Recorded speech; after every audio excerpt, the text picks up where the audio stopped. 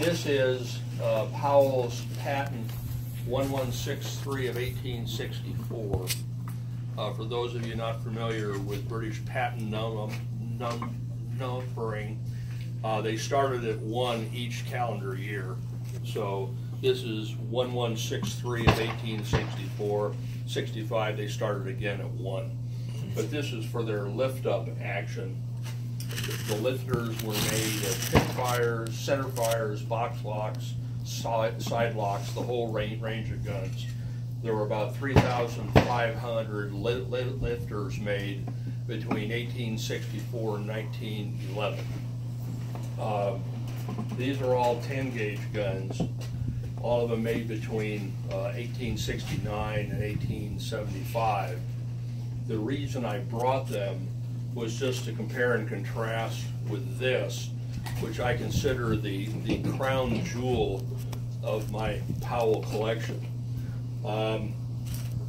This is the state to which a barrel to action would be taken for storage awaiting a customer. They file the action up, get the barrel fitted to it, it'd go to the proof house, and then it would wait for somebody to come and buy it.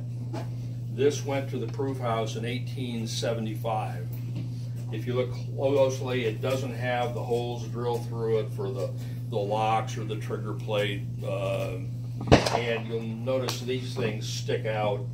That's the state to which they took the pins that ultimately got filed off, like you see here. For reasons we don't know, this gun sat at Powell. Now, back up a step. Powell was run by the Powell family from 1802 to 2008. They were in the same building from 1860 to 2008. This set of barrels and receivers sat in the 13 Cars Lane address from 75 to 2008, and nobody ever came to buy it. So when the family sold the business, they kept it, and then they sold it to me in 2012. So this is the last of this patent to be sold. Obviously it was never completed, so it's in terms of rare, I mean, it's not a particularly desirable gun. It's just one of these things which are nice but not real special. What's special about it is that it was preserved at this stage, and I've never seen another gun, British gun, that stopped at this stage. I'm sure there's some around. I just haven't seen one, and so there are a lot of things you can learn from it. You can learn, well, how thick were the walls on these barrels before people started to hone them out and do all those things. Well, these are, of course, untouched barrels because it's never been fired except for proof. The way it was fired for proof is the firing pins stick out here. They put the shells in it, they clamp it into a vise, and with a mallet they go whack and slam the firing pin.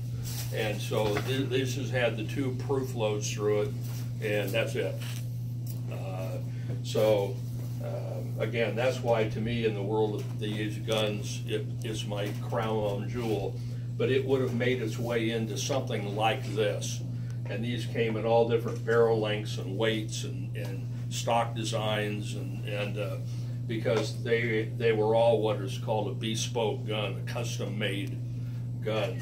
And what's particularly rare here is this gun was made in 1869, and it has fluid steel barrels. And most folks don't associate a gun that old with fluid steel barrels.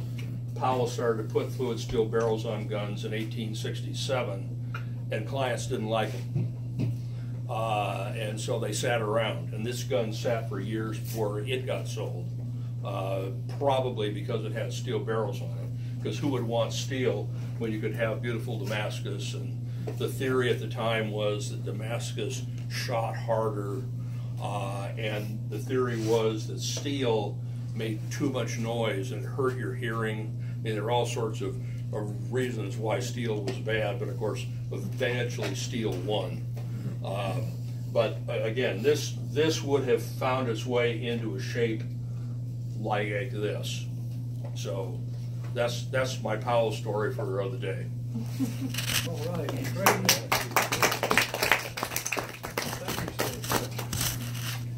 Okay, we've got